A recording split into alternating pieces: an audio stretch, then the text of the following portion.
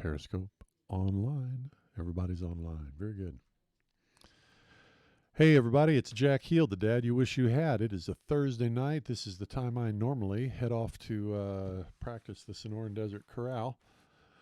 And we're a victim of the corona crisis just like everybody else is. I don't know why I've got this hat on, but now that it's here, I'm just going to leave it.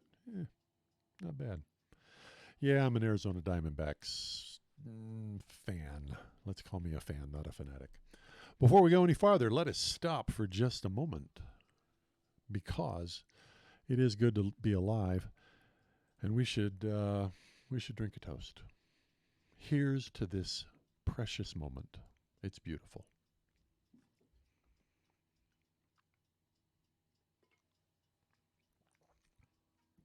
On this day of all days, it is good to be alive, isn't it?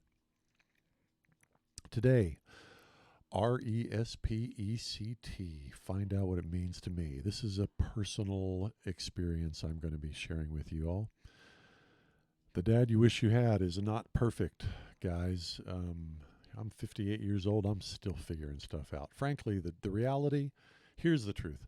I feel like I don't know hardly anything. The more I learn, the more I realize that I just don't know much at all. So, I had an experience last night that I have been unpacking now for the last 24 hours. There's a woman in my life whom I care about very much. She's a friend. I'm single. I don't know if that's ever been explicitly stated, but I am not in a relationship. She and I are very close. I would consider her one of my most intimate friends, and there's certainly the possibility that we could become more than friends. Last night, a topic of conversation came up that she has touched on this many times in the past, and I've mostly ignored it. But every now and then she says something that to me makes her sound so foolish that I have determined I don't want to get a year or 2 or 5 years down the road and finally say something to her and have her say, "How come I never knew you felt that way?" So I spoke to her last night, and it turned into a situation where she is so emotional about this particular situation that it's incapable for her to have a rational conversation. And she thinks she's having a rational conversation. But any of you guys who've been involved with a woman understand that there are some subjects where rational conversation is not possible. And we ended our conversation. She was out walking her dog. I was out taking a walk in my neighborhood. We took a walk separately together. So it felt like we were walking and talking together, even though we were 10 miles apart. Got back to the house and called my best friend, Matthew. Said, "Hey, dude, I gotta unpack this with you. Tell me what this is all about." And part of the problem was that when I would listen to her, but when I would try to explain my position, she couldn't stop. She couldn't listen. She just couldn't do it, or wouldn't. I don't know whether it was wouldn't or couldn't. And that has been a consistent theme in my relationships with women. I'm a really good listener. Almost anyone will tell you that. I'm exceptionally good at listening. And I've just always thought that that's a key to a successful relationship, is you've got to be able to listen to the other person and try to understand whether or not you agree. Well, Matthew pointed out to me that she had not reciprocated with me. She was not willing to give to me the honor. Well, I should not say willing. She failed to give me the honor of trying to listen and understand whether or not she agreed. And he said, that's just a lack of respect. If she's not going to respect you, then where's the relationship? And it just hit me like somebody slapped me across the face with a trout.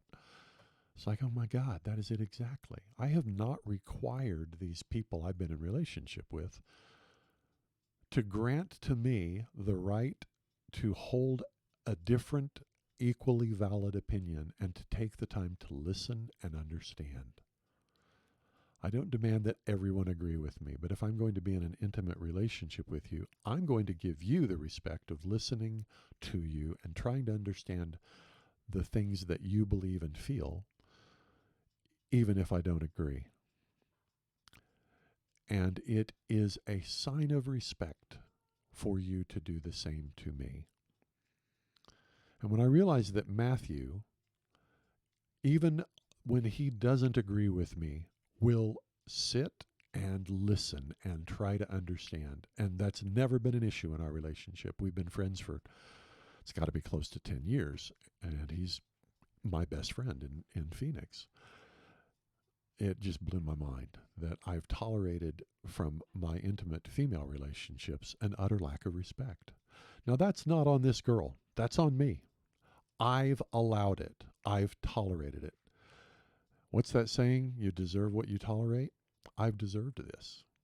I have tolerated disrespect, and that means I've deserved it. So I'm declaring to you guys today, I've seen what I've done, and I'm not doing it anymore. Not doing it anymore. Don't know how this is going to end, but for my intimate relationships, where it truly matters that I have you in my life, respect is going to be at the core of that relationship. It's crazy to realize that I've failed in this regard all these years, but by God, I have. No more. So I hope this helps you all. I hope there's some.